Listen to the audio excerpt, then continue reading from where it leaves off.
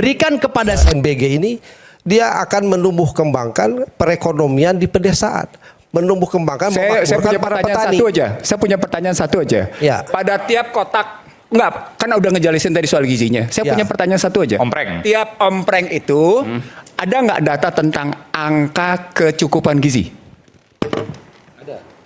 Ada. Dari kalorinya. Coba kalorinya bisa ketahuan. Ya, jadi yang dasarnya ini kita kembali seperti saya zaman dulu sekolah, kita diajarkan makan 4 sehat 5 sempurna. Gua juga. Ya, iya.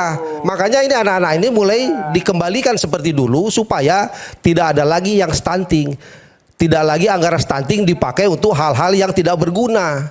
Nah, daripada dia dilakukan refocusing tetapi dibagian bagi BLT itu kadang-kadang orang tuanya dipakai main judol dan lain sebagainya yang tidak bermanfaat, ya. Makanya lebih bermanfaat dibagikan melalui dapur SPPG. Kalau soal judol multiplier efeknya itu bagi perkembangan ekonomi di pedesaan. Itu yang perlu kita pertahankan untuk generasi kita di masa mendatang. Saya khawatir kalau tidak kita dumas ini si Tio, maka para petani tadi yang sudah makmur tadi, ya kan, untuk mengembangkan usaha dan pertaniannya akan mencari Tio apabila ini mungkin masalahnya tutup dapur SPPG. Itu lagi, Bang. Mungkin masalahnya bukan MBG. Enggak, ini pernyataan serius. Nanti kita bicara pas jerak, sesaat lagi kami akan segera kembali.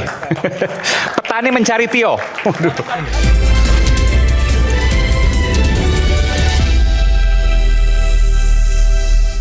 Berikan kepada saya salah satu pasal saja yang menyatakan bahwa hukum Indonesia ini dikangkangi oleh kekuasaan.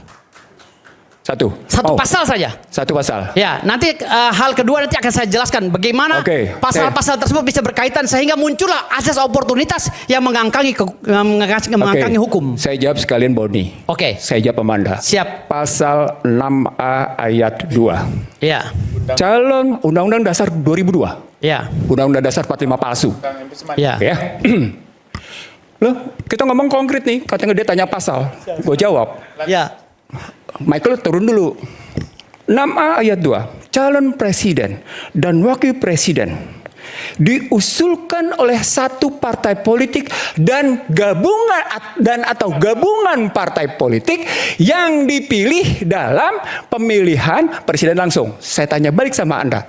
Sebentar. Anda lihat sekarang apa yang terjadi dengan proses pemusatan kedaulatan di tangan partai politik?